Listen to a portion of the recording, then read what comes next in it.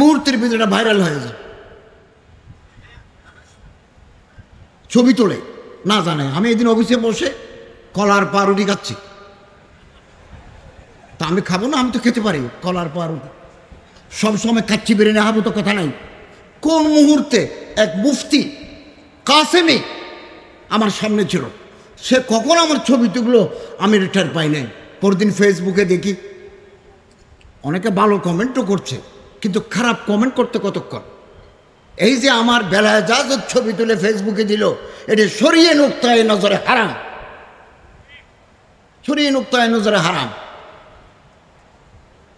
আল্লাহ যদি কোনো মানুষকে ইজ্জত দিতে চান, খেদমত নিতে চান, হাদিস আপনি নিচে ফেলে দিতে চাইলেও পারবেন না। আল্লাহ ওনার উপরে তুলছেন, আল্লাহ ওনারে মর্যাদা দিচ্ছেন, ওনার কাছ থেকে আল্লাহ খেদমত নেবেন।